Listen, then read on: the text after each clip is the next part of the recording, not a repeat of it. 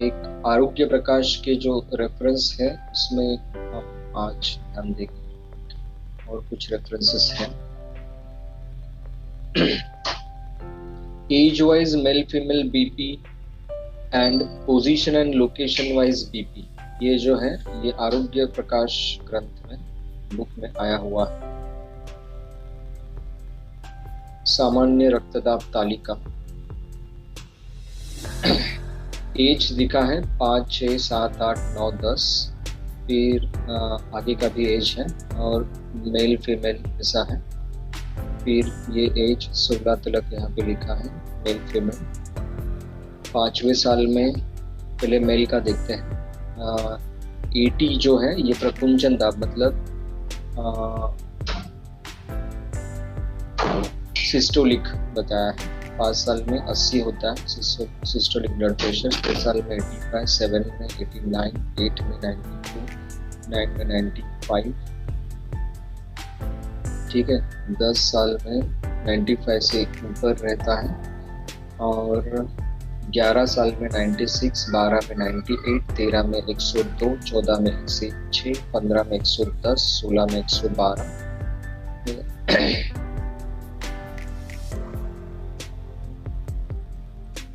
17, 18, 19 में 117 तक होता है सिस्टोलिक ब्लड प्रेशर।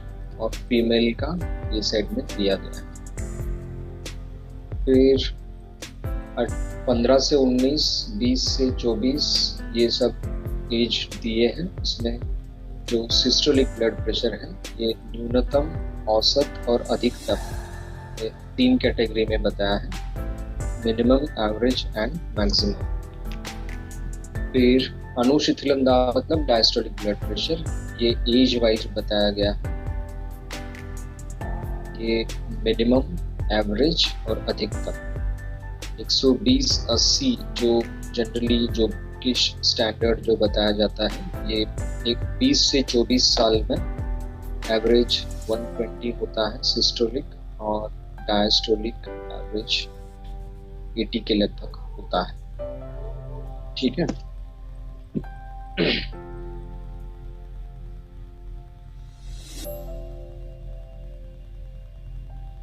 कुछ ऐसे 140, 90 के कुछ हमें पेशेंट्स दिखते हैं। तो उसमें देखिए 45 टू 49 एज से देखिए आप, जो सिस्टोलिक है वो मैक्सिमम 139 हो सकता है और जो डायस्टोलिक है मैक्सिमम 88। डायस्टोलिक 90 यहाँ पे बताया है, 50 टू 59 और सिस्टोलिक 144।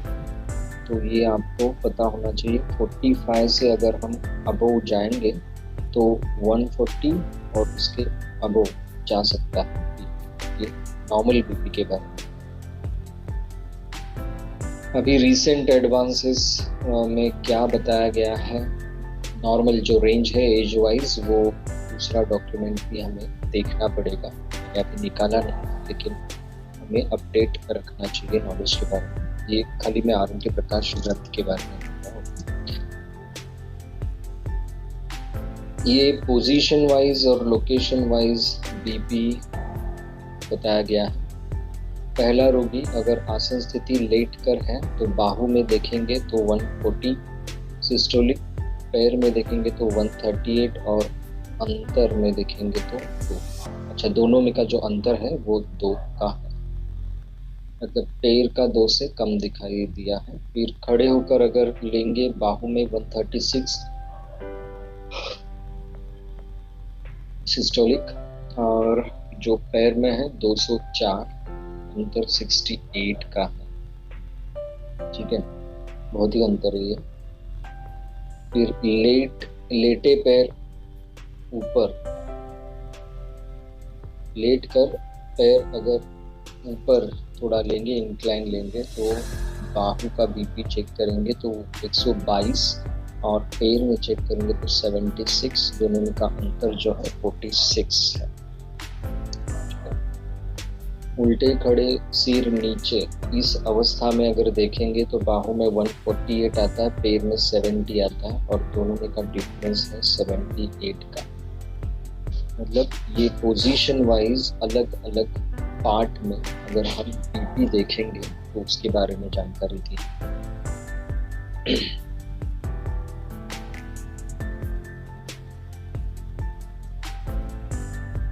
रक्तदाब संबंधी कुछ जरूरी बातें हम देखेंगे।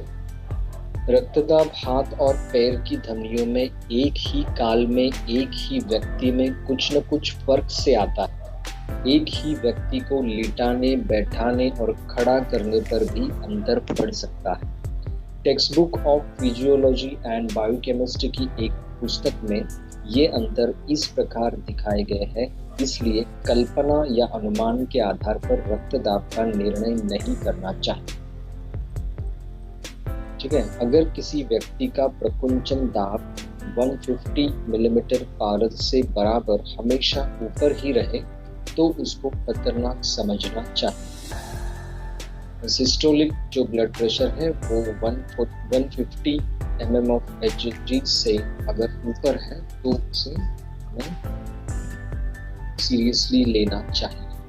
अगर किसी व्यक्ति का अनुशीतलन दाब, प्रकुंचन दाब मतलब सिस्टोलिक ब्लड प्रेशर होता है और अनुशीतलन दाब मतलब डायस्टोलिक ब्लड प्रेशर। अगर किसी व्यक्ति का अनुशीतलन दाब 100 मिलीमीटर पारद से बराबर ऊपर रहे तो उसे खतरनाक समझना चाहिए। मतलब डायस्टोलिक ब्लड प्रेशर 100 के ऊपर होगा तो उसको हम सीरियसली लेंगे। ठीक है, किसी व्यक्ति के प्रकुंचन दाब अंकों में से अनुशीतलन दाब के अंक घटा दे तो जो संख्या आवेगी वह उस व्यक्ति का नाड़ी दाब मतलब पल्स प्रेशर कहलाता है।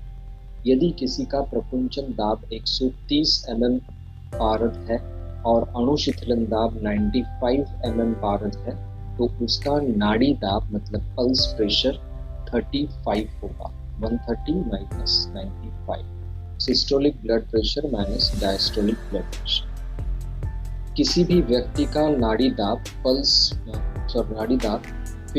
अंक से ऊपर होना या 30 अंक से नीचे होना रोग का द्योतक और खतरनाक होता है। मतलब ये जो है पल्स प्रेशर जो है वो 50 के से 30 के बीच में होना चाहिए। 50 के ऊपर रहेगा पल्स प्रेशर और या 30 से नीचे रहेगा तो वो हानिकारक होता है। अनुशीतलन दाब से प्रकुंचन दाब प्रायः 40 अंक ऊपर होना ही चाहिए।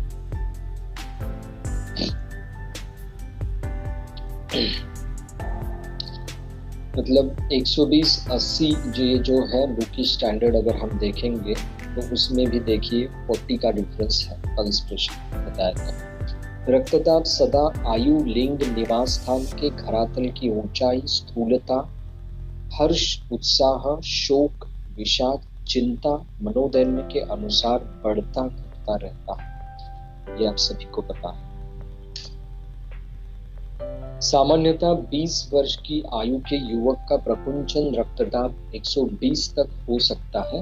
उसके बाद हर एक वर्ष आयु की वृद्धि पर आधा mm की वृद्धि के हिसाब से यह बढ़ता है। इस प्रकार 50 वर्ष की आयु में 120 प्लस 15 वो 135 mm हो जाएगा सिस्टोलिक ब्लड प्रेशर।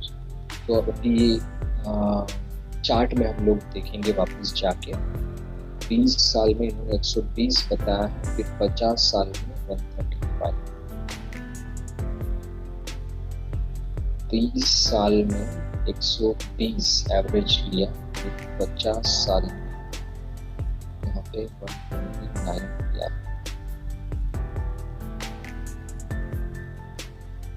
और 135 कहाँ दिया है? 60 to 64 में दिया।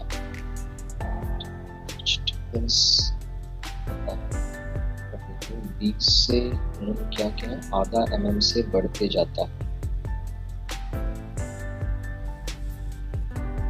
20 से 24 में डायरेक्ट 120 ही बताया एवरेज, और अधिकतम 132 बताया। देखेंगे फिर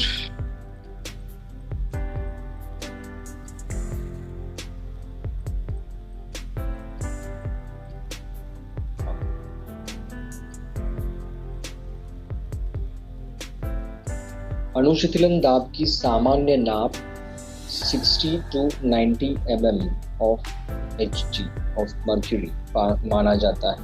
मतलब डायस्टोलिक ब्लड प्रेशर का एवरेज जो रेंज है 60 to 90 हो सकता है, होना चाहिए। रक्तदाब के विकार, रक्तदाब के दो प्रकार मिलते हैं। रक्तदाब का अधिक होना जिसे हाई ब्लड प्रेशर या हाइपरटेंशन कहा जाता है, और रक्तदाब का कम होना जिसे लो ब्लड प्रेशर या हाइपोटेंशन कहा जाता है। दोनों ही परिस्थितियां मनुष्य के स्वास्थ्य की दृष्टि से कष्टदायक है।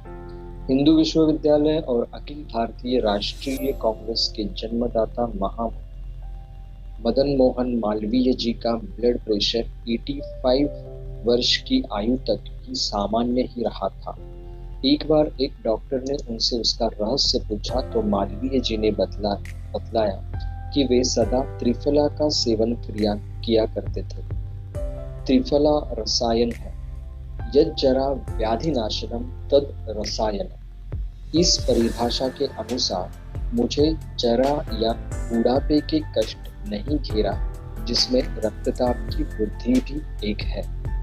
उस डॉक्टर ने कहा कि धमनी काठिन्य दूसरा रोग है, आर्टेरियोस्क्लेरोसिस, उससे भी महाराज आप पीड़ित नहीं हैं। त्रिफला की ऐसी ही महिमा। आंवले का ताजा रस और भांगरे का स्वरस दोनों ही रक्तदाब को बढ़ने नहीं देते। ठीक है, कुछ सिंपल दवा जो इजीली अवेलेबल है लेकिन बहुत गुणकारी है। मतलब रसकल्प के अलावा जो ऑप्शंस है जो गुणकारी है वो आपको देखने के लिए मिल रहा है। आंवले का ताजा रस और भृंगराज का स्वरस, ये रक्तदाब को बढ़ने नहीं देते क्योंकि दोनों ही रसायन द्रव्य है। आचार्य रघुवीर प्रसाद त्रिवेदी ने दिल्ली में इंद्रप्रस्थ वैद्य सभा द्वारा बुलाए गए रक्तदाब सेमिनार में इस ऐतिहासिक तथ्य का उद्घाटन किया था कि अष्टांग आयुर्वेद के दो अंग रसायन और बाजीकरण अन्य बातों के अलावा रक्तदाब को कम रखने और बढ़ाने के ही अंग है। ठीक है, ये एस्पेक्ट बताया है आचार्य रघुवीर प्रसाद त्रिवेदी। जो बूढ़ा होता जाता है उसका रक्तदाब बढ़ता जाता है, उसे रसायन द्रव्यों का और तद अनुकूल आचार रसायन का सेवन करना चाहिए जो अपनी पुरुषत्व की वृद्धि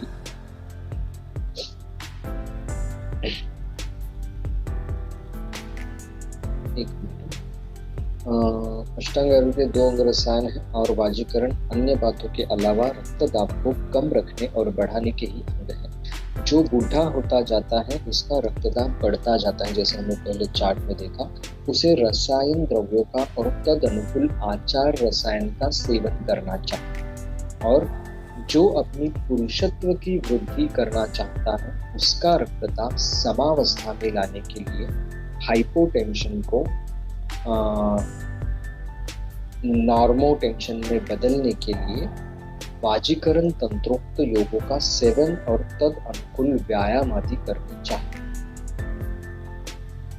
ठीक है, नमक और मद्य तथा उग्रवीर्य पदार्थों के सेवन से रक्तदाब बढ़ता है। इसलिए डॉक्टर लोग हाई ब्लड प्रेशर से पीड़ित रोगी का सोडियम क्लोराइड बंद कर उसे पोटेशियम क्लोराइड खिलाते हैं या ऐसी दवाएं देते हैं सोडियम आयन को मूत्र में शीघ्र निष्क्रमित कर दे। जिन लोगों का रक्तदाब कम रहता है उन्हें नमकीन चटपटी पदार्थ अच्छी मात्रा में देने चाहिए। ये आप सभी को पता है। लो हाइपोटेंशन अगर है तो हम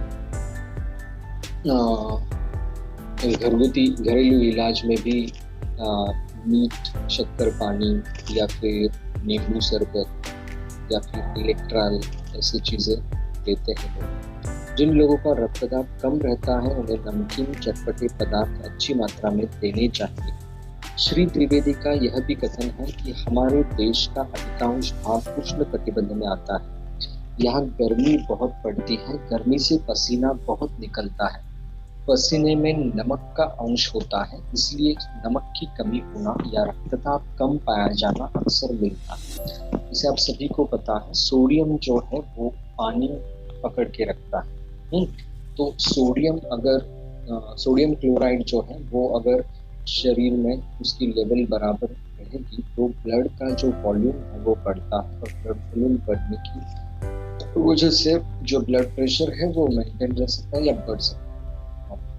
तो अगर एक पर्सपिरेशन अगर ज़्यादा हो रहा है तो सोडियम जो है बाहर जाता है, तो उसकी वजह से ब्लड वॉल्यूम जो है वो कम हो जाता है, तो बीपी भी लो होता है। इसलिए सोडियम की मात्रा जो है वो मेंटेन करने के लिए सोडियम क्लोराइड या वो जो द्रव्य है उसका सेवन होना जरूरी होता है। हाथरस में एक वर्ग के लोगों में 110 से अधिक फफूंदी तथा 60 से अधिक अणुशक्ति दाब मिलता ही नहीं। वहाँ पे 110 60 ये ऐसा ब्लड प्रेशर रहता है, 110/60 उसके ऊपर नहीं होता। इस रक्तदाब की कमी को दूर करने के लिए इस देश में चाट, पकोड़े, भेल, जलजीरा, नमकीन, चूरन, चटनी लेने की प्रथा जितनी अधिक देखी जाती है दूसरे शीत कटिबंधीय देशों में है ही नहीं।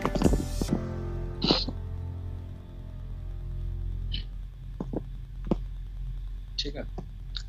जो खानपान और आचार विचार की शुद्धता पर जोर दिया जाता है वह रक्तदाब को स्वाभाविक नॉर्मल रखने में बहुत सहायक होता है। हमारी सारी धार्मिक अवस्थाएं, आचार विचार भी इसी आधार पर। प्राचीन आयुर्वेदीय ग्रंथों में उष्णवीर्य और शीतवीर्य पदार्थों की गणना के पीछे भी यही उद्देश्य है। रक्तदाब वृद्धि के लिए या उत्साह और क्रियाशक्ति वर्धन हेतु मृत संजीवनी सूरा, मदिरा, कांजिक, सोवीरक, शोधक, वारुणी आदि का उल्लेख और सैनिकों एवं शीत क्षेत्रों में मांस, मदिरा इनका प्रचार भी मनुष्य की धमनियों में रक्तदाब ठीक मर्यादा में बनाए रखने में महत्व का योगदान रखते हैं।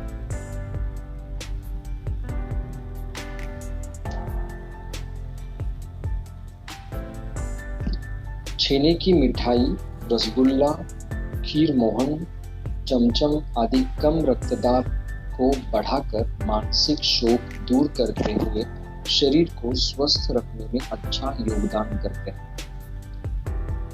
ठीक है, मतलब ये जो स्वीट्स है तो वो जो पदार्थ है वो ब्लड प्रेशर जो है वो नॉर्मलाइज करने के लिए, मतलब जो लो ब्लड प्रेशर है उसको नॉर्मलाइज करने के लिए यूजफुल होता है।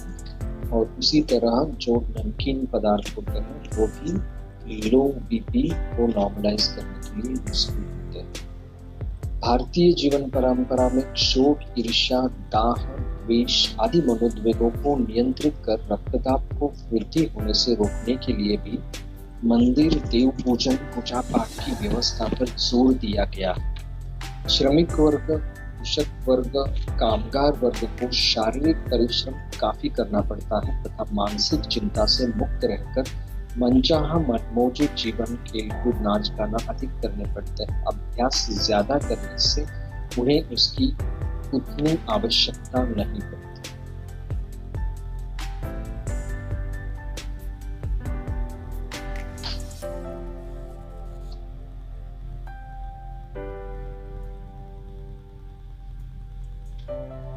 उच्च रक्तदाब और सर्पगंधा का प्रयोग। सर्पगंधा जो मैंने कल बताया वो मतलब इजीली डायरेक्ट सर्पगंधा पे शिफ्ट नहीं होना चाहिए। सॉरी, पहले जो दूसरे द्रव्य है उनसे बीपी कंट्रोल हो रहा हो तो सर्पगंधा का इस्तेमाल नहीं करना। अभी हम देखेंगे सर्पगंधा के बारे में कुछ। यदि रोग साधारण हो तो कोई भी लक्षण काफी दिन तक नहीं मिलेगा। लक्षण के बारे में देखते हैं। पहले रक्तदाब बढ़ जाने से मानव शरीर में निम्नलिखित लक्षण पाए जाते हैं। यदि रोग साधारण हो तो कोई भी लक्षण काफी दिन तक नहीं मिलेगा, ऐसे पेशेंट होते हैं। फिर किसी को शिरशूल, भ्रम या चक्कर, घबराहट, नर्वस हो जाना तथा हृदय में धक-धक बढ़ने के लक्षण मतलब पाल्पिटेशन आदि सब के सब या कोई लक्षण मिल सकते हैं। ठीक है, तो ये जो लक्षण है उनमें हमें ध्यान देना चाहिए। तो शीरशूल ये लक्षण है, ये अर्धशिशु में भी होता है, शिरोशूल या जो शिरोरोग शिरोभिताप करके व्याधि है उसमें भी हो सकता है। और फिर एसिडिटी की वजह से भी हो सकता है। भ्रम, ये लक्षण भी एसिडिटी की वजह से हो सकता है। तो ऐसे कुछ नॉर्मल लक्षण जो होते हैं वो भी पाए जाते हैं, इसलिए हमें वो लक्षणों में भी बीपी नॉर्मल है या नहीं वो देखना जरूरी होता है।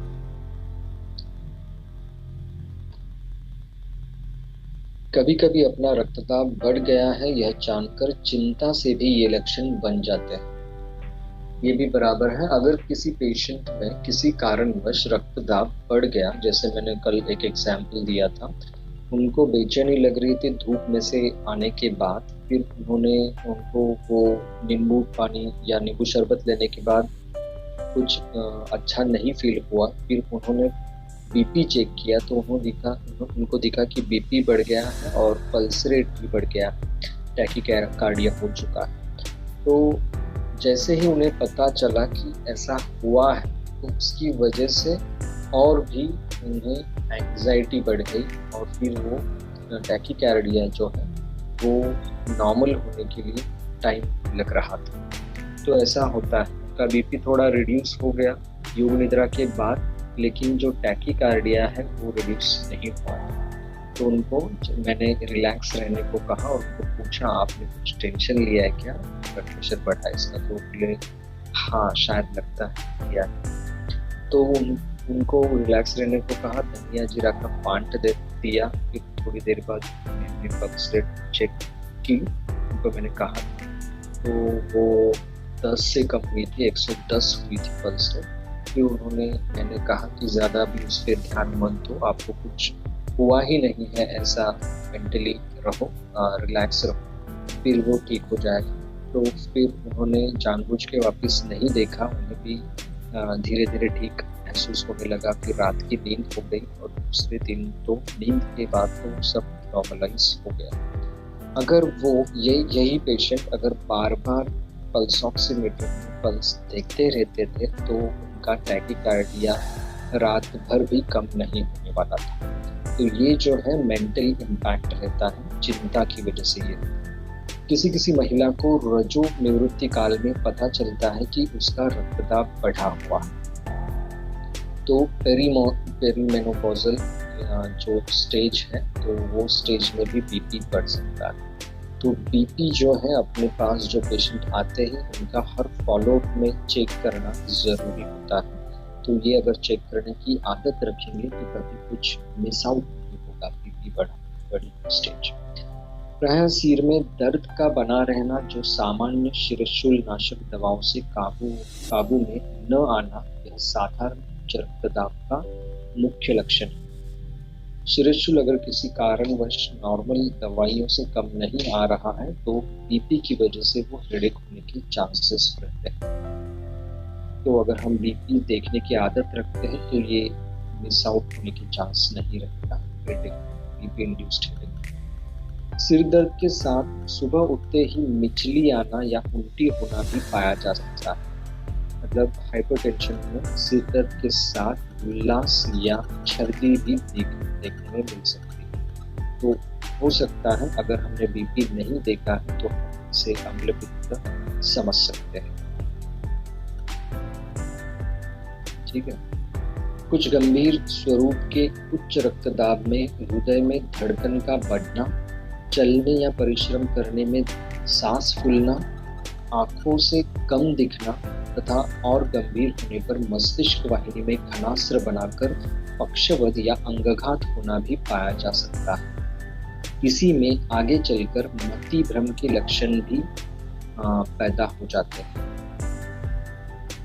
ठीक है, मतलब हाइपरटेंशन से आगे जाके क्या क्या हो सकता है, पाल्पिटेशन हो सकता है, फिर इसलिए एक्सर्शन हो सकता है, फिर आपका साइट जो है वो दिखने में कुछ में तकलीफ हो सकती है, या फिर मस्तिष्क वाहिनी में घनास्त्र बनकर मतलब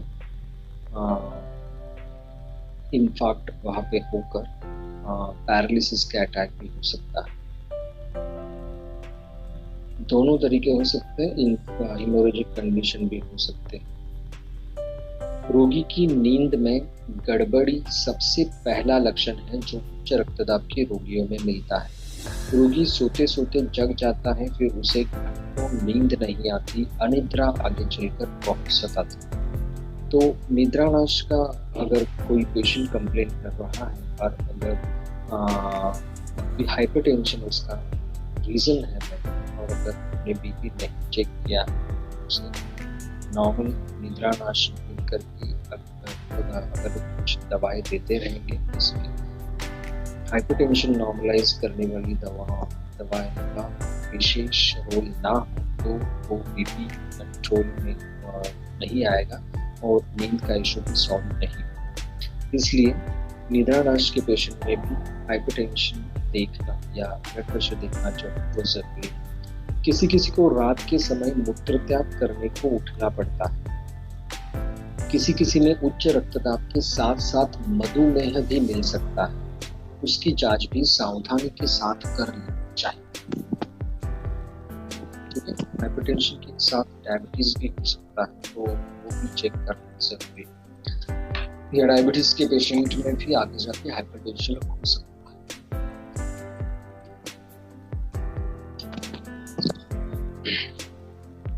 दुर्गम या भारात्मक उच्च रक्तदाब को इसेंशियल हाइपरटेंशन या मैलिग्नेंट हाइपरटेंशन कहते हैं। इसमें उपयुक्त सभी लक्षण अपनी तीव्रता के साथ पाए जाते हैं। सिर दर्द सिर के पीछे के हिस्से में बहुत अधिक होता है,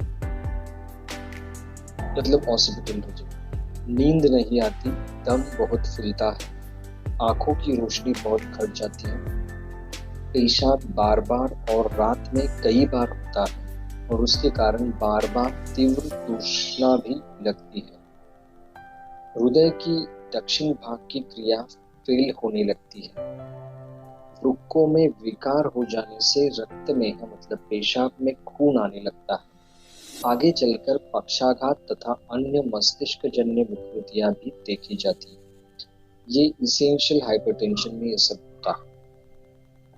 सामान्य या साधारण उच्च रक्तदाब जो है आहार के नियमन और रसायन द्रव्यों से जहां सुधर जाता है, वहां दुर्गम उच्च रक्तदाब बिना औषध के ठीक नहीं किया जा सकता। उच्च रक्तदाब की सर्वप्रथम औषध आयुर्वेद ने ही विश्व को दी है। इसका नाम सर्पगंधा, जिसे वैज्ञानिक भाषा में रॉल्फिया सर्पेंटाइन कहा जाता है, लैटिन नेम। अत्युच्च दुर्गम उच्च रक्तदाब में मतलब इसेंशियल हाइपरटेंशन में सिरावेद द्वारा रक्तमोक्षण करना भी प्राचीन आयुर्वेदीय पद्धति है, ये आप सभी को पता है। सर्पगंधा की मूल का चूर्ण सेवन से जौ कूट कपड़छन करके कराया जाता है।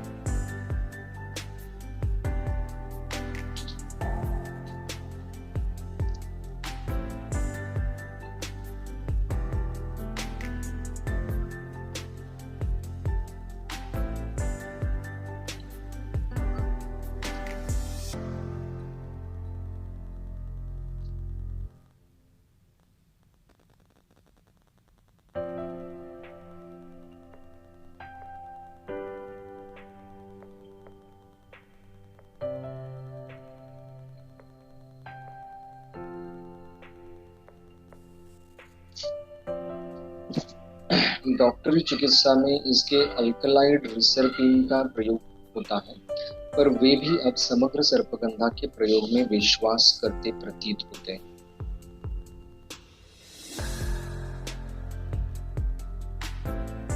सर्पगंधा बिना रक्तदाब मापक यंत्र द्वारा रक्तदाब की जांच नहीं करनी चाहिए। सर्पगंधा का चूर्ण प्रपुंचन और अणुशीतलन दोनों प्रकार के दाबों को घटाता है।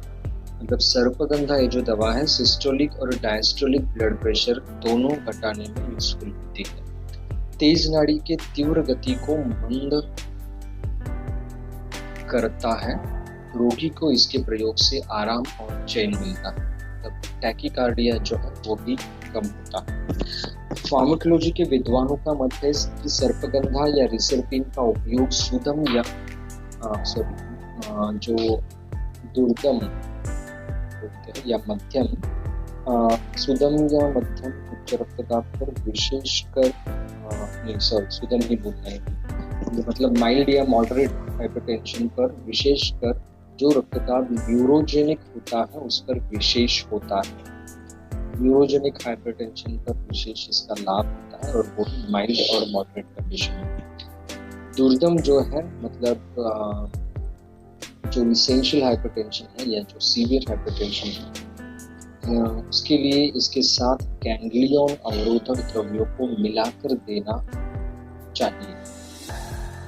ठीक है। सर्पगंधा मूल के 50 मिलीग्राम चूर्ण में 2 मिलीग्राम सक्रिय अल्कलॉइड आ जाते हैं। इस चूर्ण की मात्रा रक्तदाब कम करने के लिए 303.80 से 660 मिलीग्राम तथा जब रक्तदाब कम करने के लिए 303 से 660 मिलीग्राम तक चूर्ण की मात्रा लेनी जरूरी है, और निद्रा लाने के लिए अगर लेना हो तो 660 मिलीग्राम से 1.82 ग्राम तक मात्रा लेनी जरूरी है, और उन्माद और प्रबल अपतंत्र हटाने के लिए 1.5 से 3 ग्राम तक की मात्रा आवश्यक होती है, ऐसा यादव जी विक्रम जी आचार्य जी ने लिखा। सर्पगंधा चूर्ण जो है ये 3 ग्राम 5 छोटी इलायची का चूर्ण 5 काली मिर्च का चूर्ण एक साथ पीस कर 58.32 ग्राम गुलाब जल में मिला दे, इसे 3 घंटे रखा रहने दे, फिर 6 ग्राम मिश्री डालकर शीशी में रखें।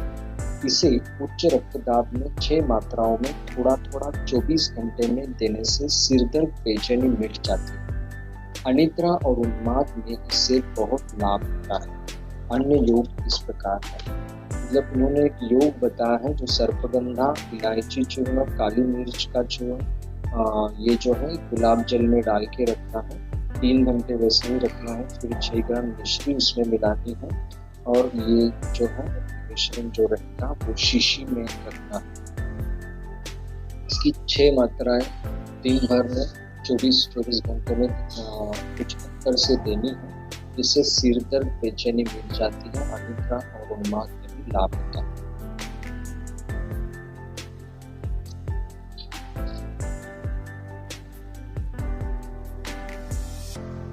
फिर एक योग दिया है, सर्पगंधा चूर्ण 1 ग्राम, शंख पुष्पी चूर्ण 1 ग्राम और जटामांसी चूर्ण 1 ग्राम, कुल मात्रा 6 मात्रा, इसके 6 पार्ट्स करने हैं, 6 पुड़िया बनानी है, और एक एक मात्रा मतलब एक एक पुड़ी गुलाब जल के साथ 4-4 घंटे पे देनी। ठीक है। ये जो है रक्तदाब के बारे में ये आपको देखना जरूरी है, मतलब मुहुर्मुहु जो है वो द्रव्य देना भी जरूरी होता है।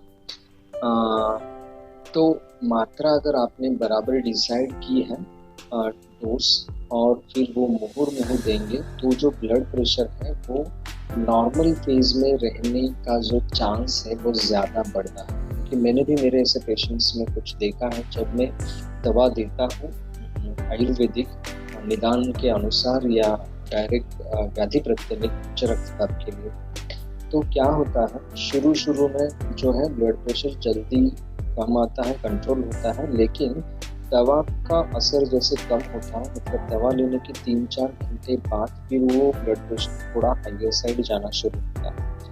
तो ये ना हो इसलिए अगर हम मुहुर्मुहु दवा जैसे कास श्वास में हम देते हैं उस तरीके से मिनिमम QID अगर डोज हम देंगे तो जो है वो ब्लड प्रेशर नॉर्मल मेंटेन होने के लिए उसका फायदा होगा। फिर सर्पगंधा घनघटी, ये जो है ये हायर मेडिसिन है, ये फर्स्ट प्रायोरिटी इसको नहीं देना है, मतलब पहले ही ब्रह्मास्त्र हमें नहीं निकालना है। आप देख लीजिए कॉम्बिनेशन, सर्पगंधा चूर्ण 9.33 kg, खुरासनी अजवाइन की पत्ती या बीज 1.87 kg, जटामांसी 933 ग्राम, भांग भंगा 933 ग्राम, इन सब का जो कुछ चूर्ण कर ले और 8 गुना पानी में पका। जब जल उबालते उबालते अष्टमांश पानी शेष रहे तो उसे उतारकर छाने। इस छाने हुए पानी को स्टेनलेस स्टील या तामचीनी के बर्तन में डालकर फिर औटावे और लकड़ी के खोचे से चलाते रहे। गाढ़ा होने पर नीचे उतारकर 233 ग्राम पिप्पली मूल चूर्ण डालकर धूप में सुखाकर 375 मिलीग्राम की गोलियां बना लें। मात्रा 2 से 3 गोली रात में सोते समय जल या दूध से देनी। ये सर्पगंधा घनवटी जो है खुरासनी अजवाइन जटामांसी और भंगा युक्त कल्प है। इसमें पिप्पली मूल का प्रक्षेप भी इन्होंने बताया। इसमें आपको ध्यान में ये रखना है, इसमें खुरासनी अजवाइन और भंगा है, ये आपको ध्यान। किसी भी द्रव्य में फॉर एग्जाम्पल मतलब योग में वसनाभ और टंकन है क्या, या फिर ये कचली युक्त कल्प है क्या, या फिर ये इसमें धतूर है क्या, या फिर इसमें भल्लातक है क्या, ऐसे अगर हम जैसे हम ध्यान में रखते हैं उसी तरह से कुछ स्पेसिफिक जो ये है कंटेंट जो है वो हमें ध्यान में रखना जरूरी है। चंद्रावलेह ये जो है चंद्रावलेह शतावरी विदारीकंद पेठा शंखपुष्पी प्रत्येक का स्वरस लेना है। 3 किलो 52 ग्राम लेना है। चीनी 4 किलो 70 ग्राम लेने हैं। डालकर मंद अग्नि पर इसका पाक करना है। जब अवलेह जैसा गाढ़ा हो जाए तो उसे उतार लें। अब इसमें छोटी इलायची 746 ग्राम, दालचीनी, तेजपात, नागकेशर, मुनक्का, श्वेतचंदन, कमल, अनंतमूल, नागरमोथा, पद्मा, खस, आंवला, जटामांसी और लवंग 46.4 ग्राम तथा सर्पगंधा 187 ग्राम सबका कपड़छान किया हुआ चूर्ण डालकर 746 ग्राम शहद डालकर चीनी मिट्टी के पात्र में भर कर रख दें। यह चंद्रावलेह 6 ग्राम से 12 ग्राम की मात्रा में दूध या चंदन आदि अर्घ के साथ सेवन करावें। इसके सेवन से उच्च रक्तदाब के सब लक्षण शांत हो जाते हैं तथा उन्माद, अनिद्रा, शिरोभ्रम तथा हाथ पैर के तलुओं की जलन भी मिट जाती है।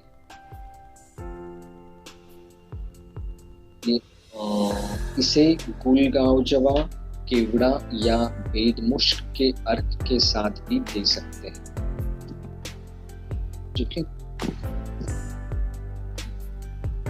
चंद्रावलेह, इसमें आप देखिए जो द्रव्य है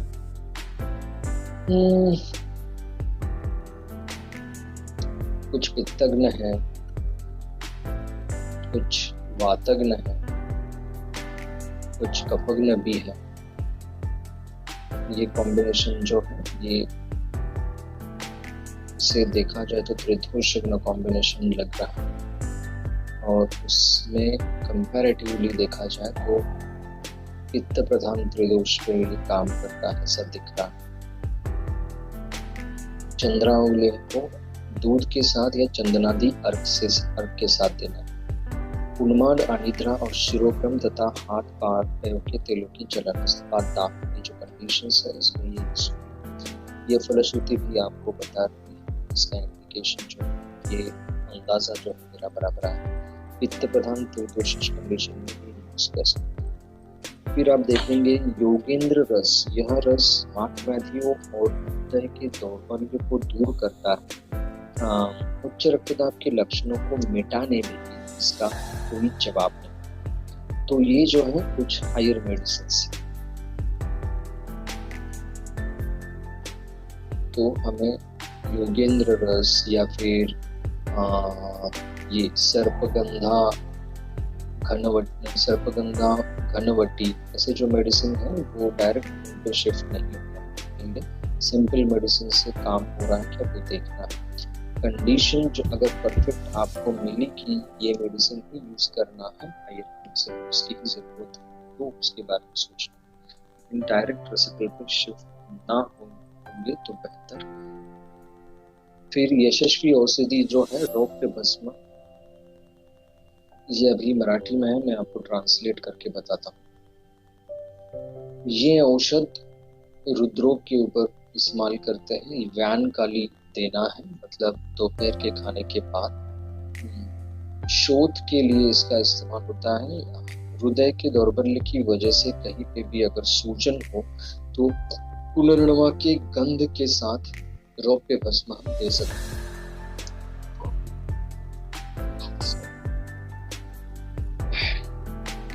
पंचसकार चूर्ण जो है हाई ब्लड प्रेशर, चक्कर आना, चिड़चिड़ापन होना, फिर क्रोधाधिक्य होना, सिर दर्द होना, आंख लाल होना,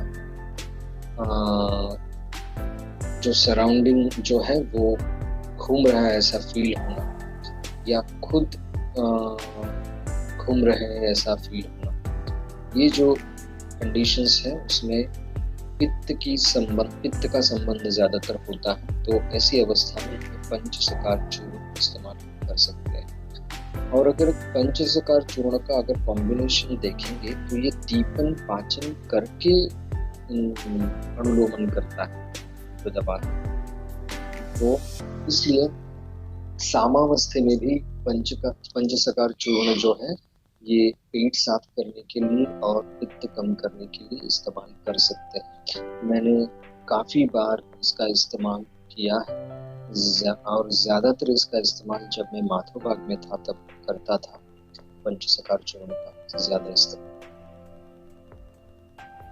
फिर योगराज गुग्गुल जो है ये ब्लड प्रेशर के लिए यूज़ कर सकते हैं। ब्लड प्रेशर में मूत्रपिंड की वजह से जब अल्बुमिन यूरिया होता है या उससे से ब्लड भी जाता है ऐसे, फिर और या कुछ मूत्र संस्थानों के टुकड़े भी जाते हैं, तो ऐसी कंडीशन में और डायस्टोलिक ब्लड प्रेशर जो 100 के ऊपर रहता है, जब चक्कर आती है, तो ये जो कंडीशन है वो योगराज गुग्गुल की कंडीशन होती है। अधोगत वात की भीति नहीं रहती, मतलब भय नहीं रहती। इनके कहने का मतलब रहेगा शायद पैरालिसिस की भीति नहीं रहती, इनको कहना अर्धांगवाद की भीति नहीं।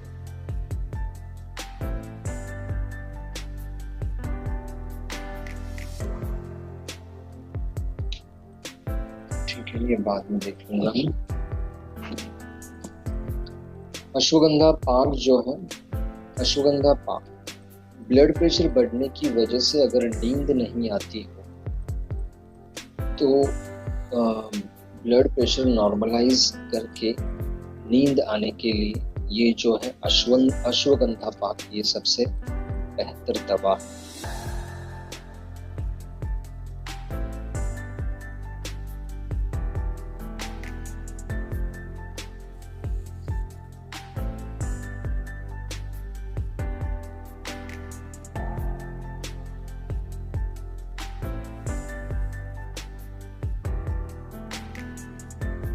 अब हम कुछ कल्प का विवरण करेंगे।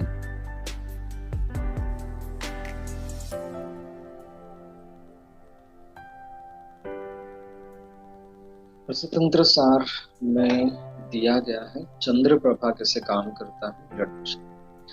रक्त दबाव वृद्धि के शराब आदि अनेक हेतु हैं, किंतु विशेषतः इसकी उत्पत्ति बृहद अंत्र में आम विष संग्रहित होने पर होती है। जिन व्यक्तियों को बार बार भोजन करने या अधिक भोजन करने की आदत होती है, उनके अंत्र में आम विष का संचय होता है। उस हेतु से फिर बार बार अपचन होता रहता है और पश्चात आहार रस दूषित होने से रक्तादि धातुएं दुष्ट होती हैं, परिणाम स्वरूप रक्त दबाव वृद्धि होती है।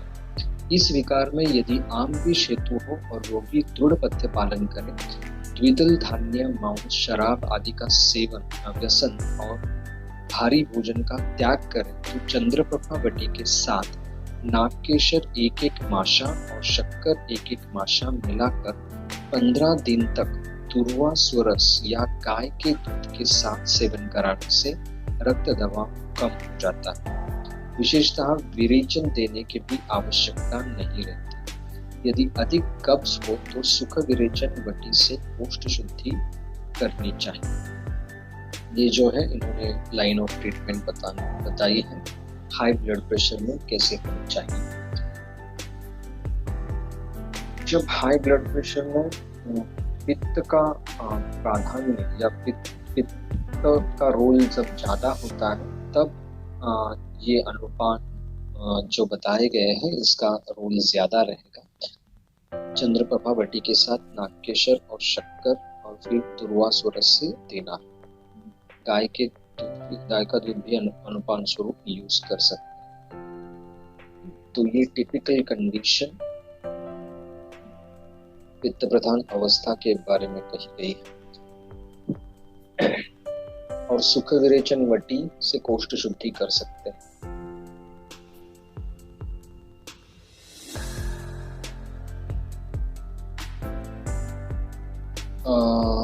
जब मैं माधवबाग में था तब वहाँ पे जो कैस्टर ऑयल मिलता था वो त्रिफला और शुंठी क्वाथ में सिद्ध किया हुआ कुछ तो था वो शायद उसको आमारी ऑयल करके मतलब वो नाम से वो वहाँ पे मिलता था। तो उससे जब हम लघु विरेचन देते थे तो हमें दिखाई देता था कि ब्लड प्रेशर जो है वो जल्दी कंट्रोल में आता था, कम होता था। जो हमें इंस्टेंट जो में ब्लड प्रेशर कम लाना रहता था वो लघु विरेचन से आता था। तो इसी तरह से अगर हम प्लान्ड विरेचन, शास्त्रोक्त विरेचन अगर भी करेंगे तो उससे भी जो है ब्लड प्रेशर नॉर्मलाइज होने के लिए मदद होती है। खासकर जब दोष ज्यादा होते हैं, संप्राप्ति निबिड़ होती है और शोधनार्ह अवस्था होती है या स्थूल प्रकृति भी होती है और उनमें अगर हाइपरटेंशन है तो शास्त्रोक्त अगर विरेचन करेंगे तो जो है संप्राप्ति जो है वो पीछे हटने लगती है और जो आपको मेडिसिन जो है वो ज्यादा पावर वाले और बड़े बड़े मेडिसिन या बड़े बड़े कल्प इस्तेमाल नहीं करने पड़ते अगर आप शास्त्रोक्त विरेचन करके फिर अगर मेडिसिन चूज करेंगे तो मेडिसिन सामान्य मेडिसिन से भी रिजल्ट अच्छे आए। आरोग्यवर्धिनी जो है रक्त दबाव वृद्धि होने पर कितने ही रोगियों को नेत्रशूल उत्पन्न होता है। साथ साथ नेत्र में लाली, सिर में दर्द, निद्रा बिल्कुल नहीं आना, मलारोध और अति व्याकुलता आदि लक्षण उपस्थित होते हैं। ऐसे रोगियों को थोड़ी थोड़ी मात्रा में आरोग्यवर्धिनी अमलतास के गुदा से सिद्ध किए हुए दूध के साथ मतलब आरगवत मगज, आवा मगज का जो क्षीरपाक है उसके साथ आरोग्यवर्धिनी 3 से 4 बार देते रहने से थोड़े ही दिनों में विकार शमन हो जाता है।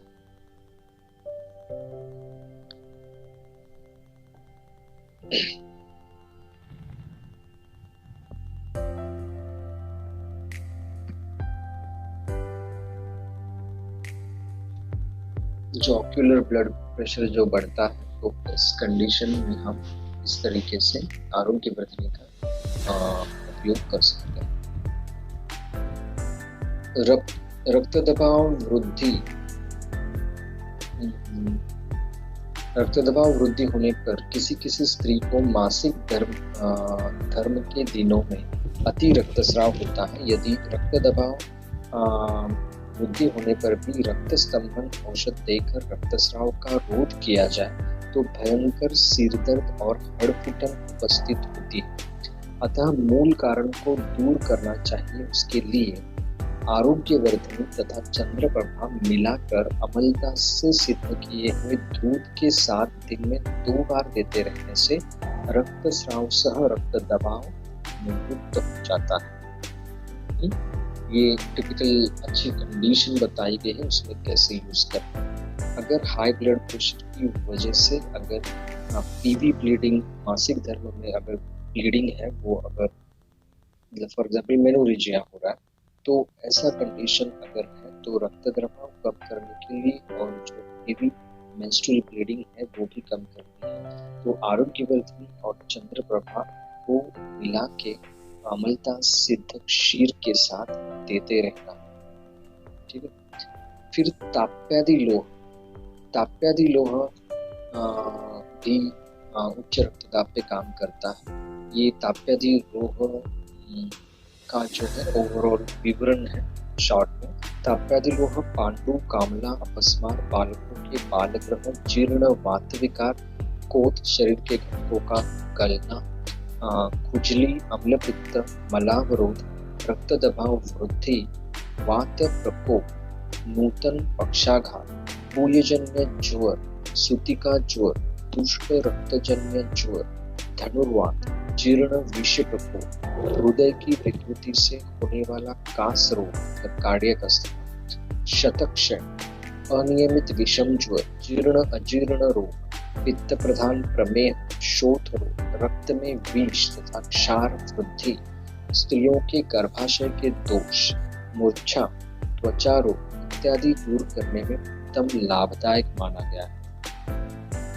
तो इसमें आपको ताप्यादि लोह के कुछ कंडीशंस समझ में आते हैं और इसमें बहुत सारे कंडीशंस हैं वो आपको डायरेक्ट ये मतलब पोस्ट कोविड या पोस्ट फीवर जो कंडीशंस है उसमें भी इसका इस्तेमाल अच्छी तरह से हो सकता है और ये भी इससे दर्शित होता है।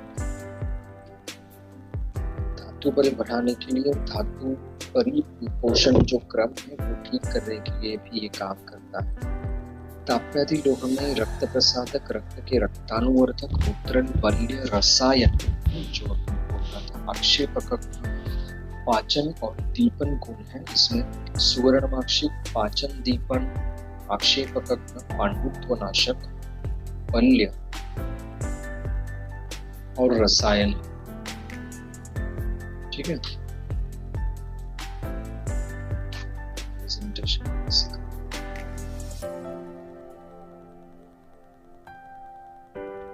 और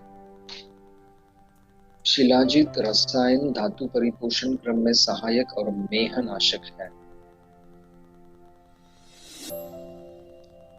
रोग पे जो है वो मूत्रल, वृष और आक्षेपक है। आपको पढ़ाई करते वक्त भी इस तरीके से पढ़ाई करनी है तो ये ध्यान में रहता है। नोट्स निकालते वक्त ऐसे निकाल। मंडूर रक्त वृद्धिकर, रक्त स्तंभक, रक्त कणवर्धक और इस कारण से धातु वर्धक है। चित्रक, पाचक, अग्निदीपक, वातनाशक और अर्शोघ्न है। त्रिफला रसायन मृदुसारक और पचनेंद्रिय को शक्ति देकर पचन क्रिया बढ़ाने वाला है। और त्रिकटु जो है वो पाचक और अग्निदीपक है। वावडिंग है वो कृमिघ्न और पाचक है।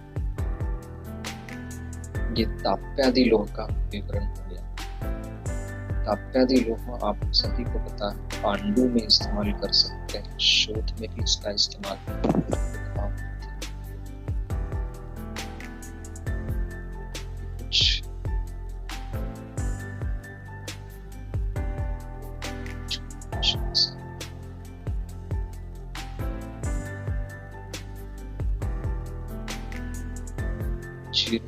विकार उसका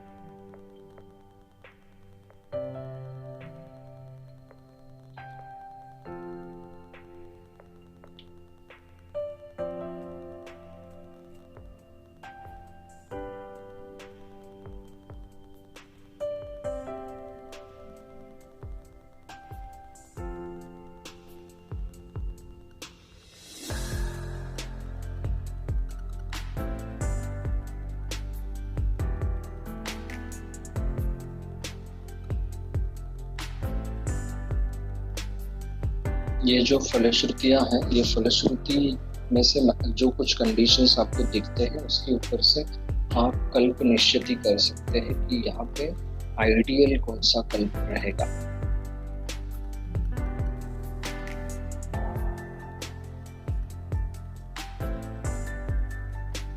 ये चंद्रकला जो है वो पित्त प्राधान्य की वजह से अगर ब्लड प्रेशर है तो उसमें काम सूर्य की ताप में गिरना अग्नि के समीप अति कार्य शराब या अन्य उष्ण द्रव्य का अति सेवन करना, व्यायाम आदि के अतियोग होने पर रक्त का दबाव बढ़कर ऊपर लिखे अनुसार लक्षण होते हैं। उस व्याधि पर चंद्रकला का उपयोग करना चाहिए। उस प्रकार में तो केवल चंद्रकला ही कार्य करता है। फॉर एग्जाम्पल, जैसे मैंने अभी आपको बताया, जो आतप सेवन की वजह से ब्लड प्रेशर हुआ है या ब्लड प्रेशर बढ़ा है, वो कंडीशन जो है, उस कंडीशन में चंद्रकला अच्छी तरह से काम कर सकती है। और जो उसमें जो मानस रोल है, वो मानस रोल हलाने के लिए योग निद्रा का प्रयोग मैंने किया था। फिर कुछ काउंसलिंग की थी वो पेशेंट, और पित्त का रोल कम कराने के लिए जो था वो नींबू शरबत दिया था। फिर धनिया जीरा का फांड बताया। तब अपने पास कुछ भी दवाई उपलब्ध नहीं थी।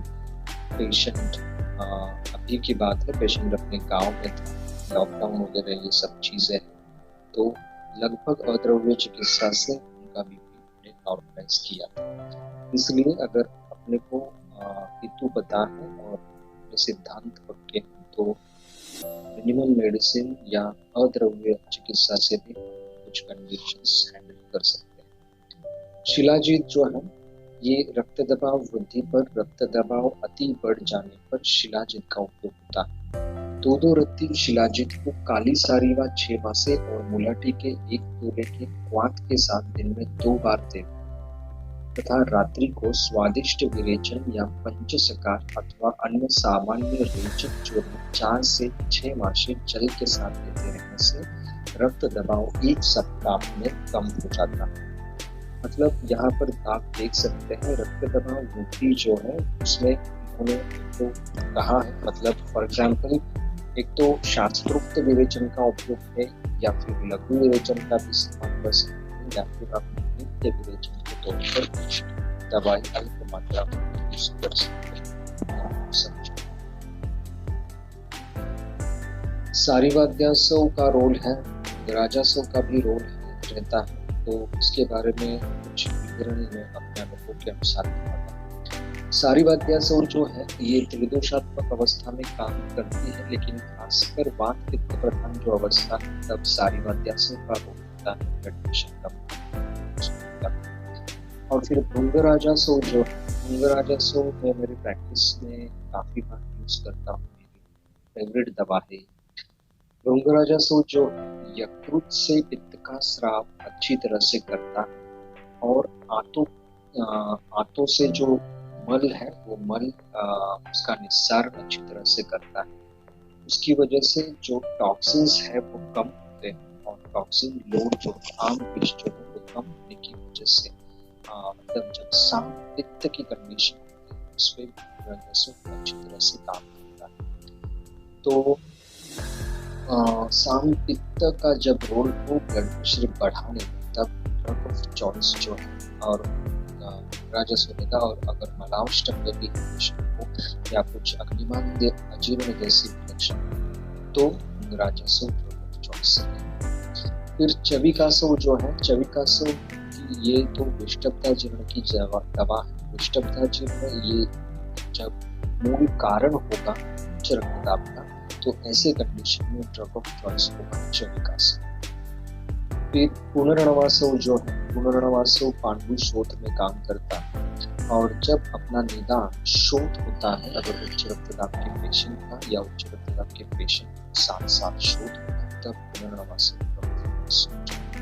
और वही कंडीशन पुनर्नवा अर्क के लिए।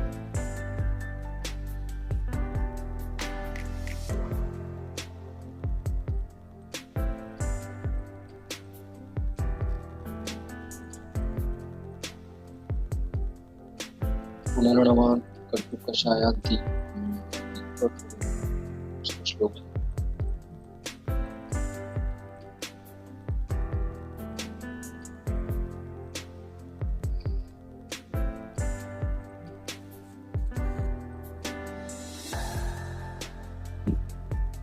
ठीक है। फिर चंदन शरबत जो है, ये आप इस्तेमाल कर सकते हैं। अम्ल पित्त में इसका उपयोग होता है, और तो पित्त प्रधान अवस्था रहेगी, उसमें आप चंदन शरबत का उपयोग उच्च रक्तचाप कम करने के लिए कर सकते हैं। इसमें चंदन 1 भाग लेना है, धनिया 1 भाग लेना है, सोनाफली 1 भाग लेना है, गुलाब कड़ी 1 भाग लेनी है, शक्कर 16 भाग और गुलाब जल जो है वो 2 भाग लेना है। प्रथम खड़ी शक्कर को छोड़ के सब द्रव्य जो है वो रात भर पानी में भिगोने हैं। दूसरे दिन शक्कर के साथ उसकी छासनी करनी है। उसके बाद गुलाब जल डालकर उसे रखना है। शरबत बनाते वक्त 2 भाग थाई टी के फूल उसमें डालने हैं, हाथ की पुष्प। इससे बहुत दिनों तक शरबत जो है वो प्रिजर्व होता है। ये नेचुरल प्रिजर्वेटिव के तौर पर काम। फिर भी हर बार ताज़ा लेबू भी बना के ले सकते हैं। आधा से 1 तोला मात्रा में 1 से 2 चम्मच पानी मिला के हम ले सकते हैं। सुबह खाली पेट ले सकते हैं। तो पत्या करते हैं, इसमें अम्ल और तले हुए पदार्थ जो है वो नहीं लेने हैं। दूध भरपूर मात्रा में अगर पॉसिबल हो तो ले सकते हैं, जैसे ले सकते हैं। ठीक है। खून जो है अम्ल पित्त के लिए यूजफुल है, परिणाम शूल में यूजफुल है, डिओडेनल अल्सर के लिए यूजफुल है, अन्न द्रवाख्य शूल गैस्ट्रिक अल्सर के लिए भी यूजफुल है। और जब दवा लेते हैं तब अगर आहार रखेंगे तो बेहतर रहेगा, ऐसे कहा गया चंदन शरबत। गैस्ट्राइटिस के लिए, अम्लपित्त के लिए अगर मूत्रदाह है तो वो कंडीशन में यूजफुल है। इसी तरह से गुलाब शरबत या नींबू शरबत भी हम इस्तेमाल कर सकते हैं। चंदनादि तेल द्वितीय जो है इसका इस्तेमाल भी कर सकते हैं। फिर अणुतैलम नस्य के तौर पर इस्तेमाल कर सकते हैं। खास करके जब स्ट्रेस इंड्यूस्ड हाइपरटेंशन होता है उसके लिए हम अणुतैल का इस्तेमाल कर सकते हैं। या हाइपरटेंशन की वजह से शिरशूल या ऐसे जो लक्षण होते हैं, खास करके शिरशूल तब ये रोग ज्यादा होता है। अणुतैल का प्रॉपर नस्य या शिरोधारा या प्रतिवर्षनस्य के तौर पर इस्तेमाल कर सकते हैं। शिरोधारा के लिए अणुतैल नहीं, अणुतैल का नस्य और दूसरी तरीके से दूसरी दैविक दवा से शिरोधारा ये कर्म और इसका इस्तेमाल हम कर सकते हैं हाइपरटेंशन। अभी मैं आपको कुछ कंडीशंस बताता हूँ। हेतु या उसके साथ साथ हाइपरटेंशन के साथ साथ अगर कोई एक इसमें से कुछ कंडीशन हो तो उसमें औषधि विनिश्चय कैसे करना है, एक आपको मॉडल के तौर पर ये बता रहा हूँ। अगर पित्त वृद्धि ये हेतु हो तो चंदन शरबत या पथ्यादि काढ़ा जैसी दवा हम इस्तेमाल कर सकते हैं। एक्चुअली पथ्यादि काढ़ा जो है ये त्रिदोषज अवस्था की दवा है। फिर मेदो वृद्धि अगर हेतु हो रक्तचाप बढ़ने के लिए, या हाइपरटेंसिव अगर पेशेंट है हाइपरटेंशन का और वो मेदो वृद्धि है उसमें, तो उसमें भी हम मेदो पाचक यूज कर सकते हैं या मेदो हम गुकुल यूज कर सकते हैं या फिर नवायस लोह यूज कर सकते हैं। मेदोहर गुकुल और नवक गुकुल जो है वो उसके ये सेम ही है, इसके पर्यायी नाम के तौर पर। फिर नवायस लोह का इस्तेमाल कर सकते हैं, इसमें गुकुल के जगह पे लोह होता है। बाकी कंटेंट वही है, त्रिफला, त्रिकटु और त्रिमत, ये जो है ये मेन द्रव्य होते हैं। मैंने एक बार वागभट में से शायद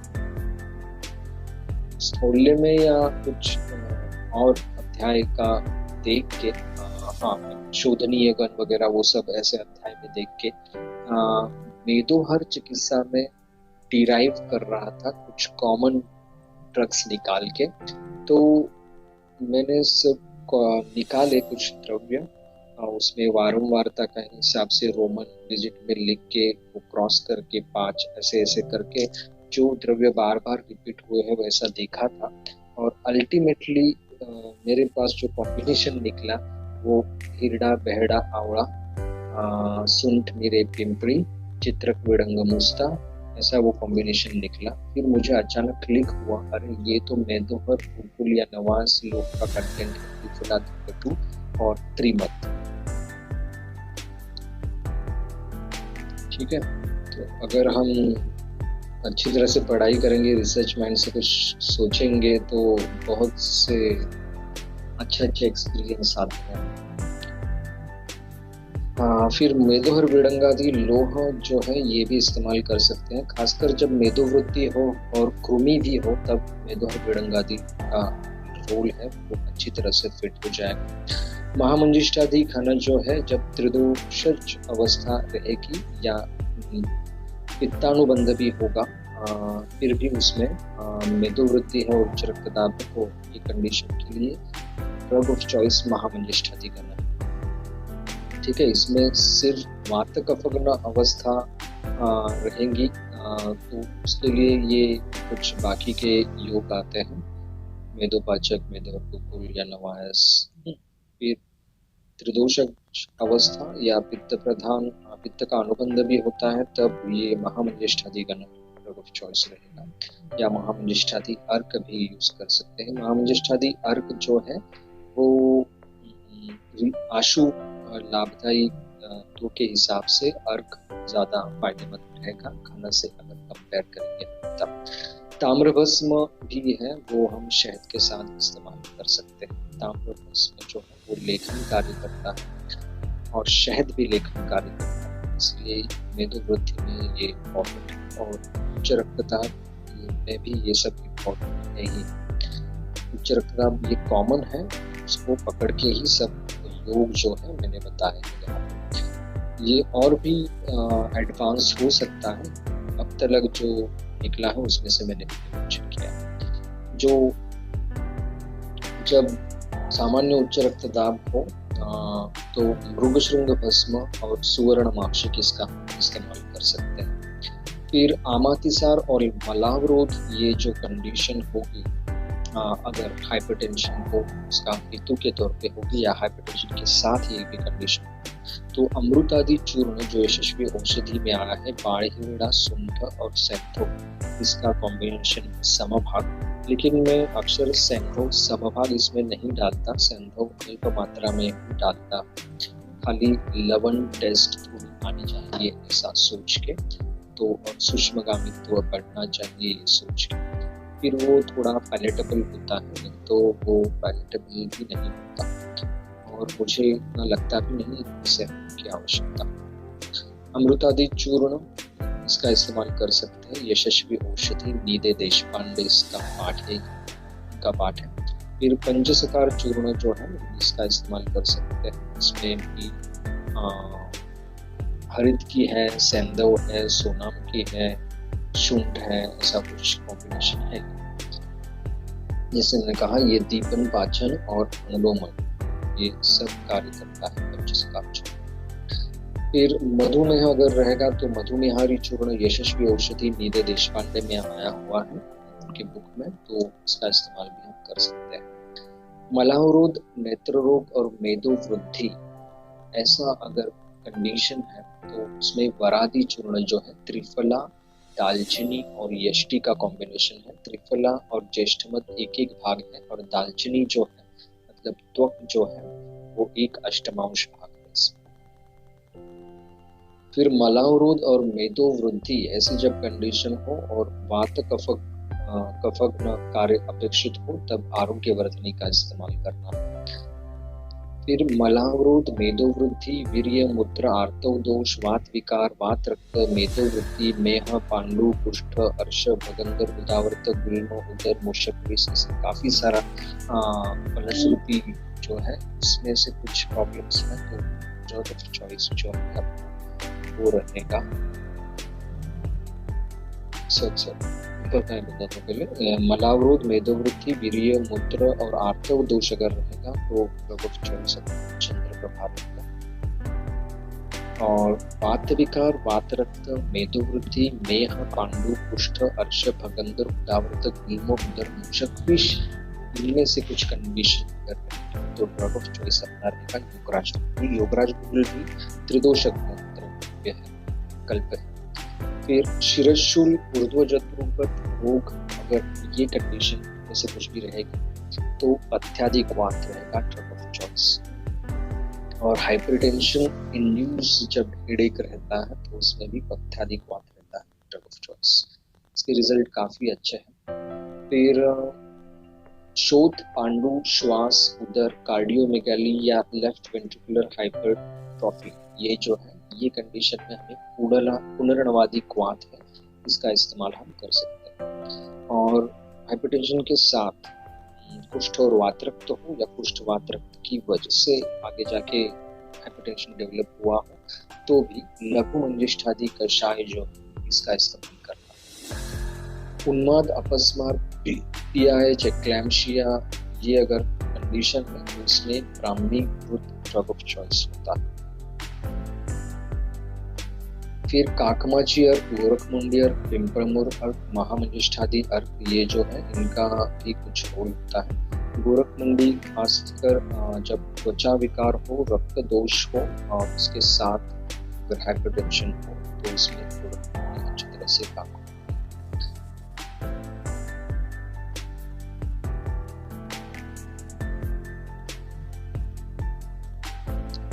गोरखमुंडी के बारे में एक चीज जो मुझे फीलिंग लगती है या मैं जो सोच से वो इस्तेमाल करता हूँ वो ये है कि गोरखमुंडी ये जो द्रव्य है वो मेद कम करता है लेकिन पुष्य भी है, और वो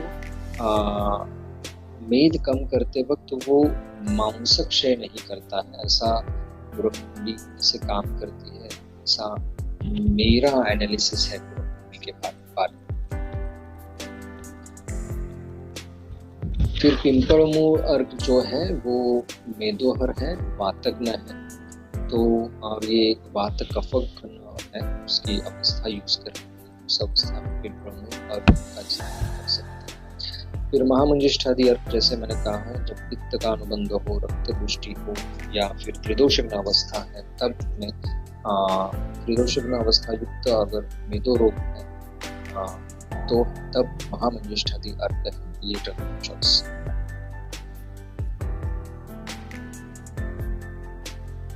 ठीक है, 15 minutes we have for Q&A session.